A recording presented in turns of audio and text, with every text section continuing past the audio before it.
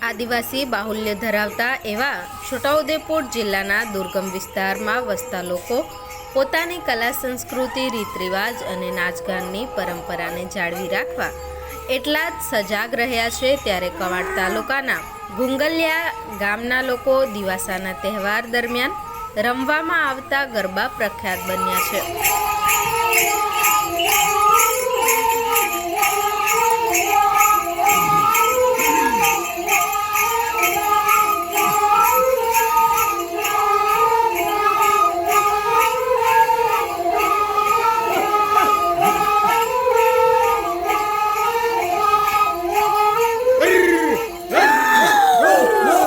છોટાઉદેપુર જિલ્લાના ગ્રામીણ વિસ્તારોમાં ગામની અનુકૂળતા મુજબ જુદા જુદા ગામમાં જુદા જુદા દિવસે યોજાતા હોય છે।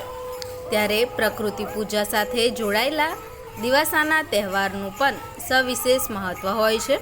ત્યારે ગુંગલિયા ગામના લોકોના નવાઈ ગરબા આકર્ષણનું કેન્દ્ર બન્યા છે અને સાંસ્કૃતિક કાર્યક્રમોના સ્ટેજ પર પણ ટીમના ગરબા રજૂ કરાતા હોય છે। જોઈએ આ ગામના દિવાસાના ગરબા।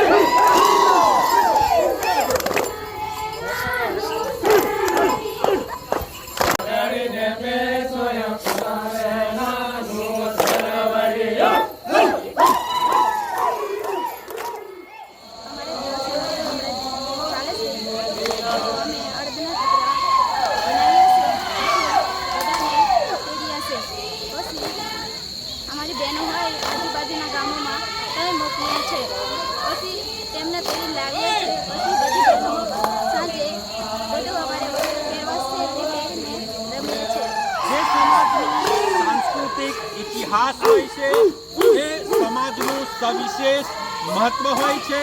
ત્યારે છોટાઉદેપુર જિલ્લાના લોકો કલા સંસ્કૃતિ રીત રિવાજોને સાચવવામાં એટલા જ સજાગ રહ્યા છે। ત્યારે આજે કવાંટ તાલુકાના ગુંગલિયા ગામમાં દિવાસાનો તહેવાર છે અને આપ જોઈ શકો છો કે ગામના લોકો જે છે ગામના લોકો પરંપરાગત વસ્ત્રો ધારણ કરીને દિવાસાના ગરબા છે દિવાસાના ગરબાની રમઝટ જમાવી રહ્યા છે।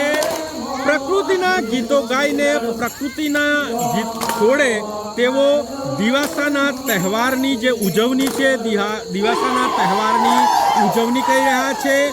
માત્ર ગીતો અને તાળી વડે લયબદ્ધ તેઓ ગરબા ગાઈને આ દિવાસાના તહેવારને ઉજવી રહ્યા છે। પ્રકૃતિ સાથે જોડાયેલો તહેવાર છે।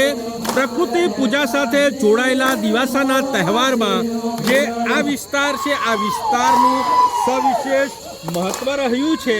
ત્યારે આજે ગુંગલિયા ગામના લોકોના પ્રાચીન સમયના જે ગરબા છે એ ગરબાને લઈને ગુંગલિયા ગામના દિવાસાના જે ગરબા છે એ પ્રખ્યાત બન્યા છે। राजेश राठवा, पिठोरा समाचार, छोटा।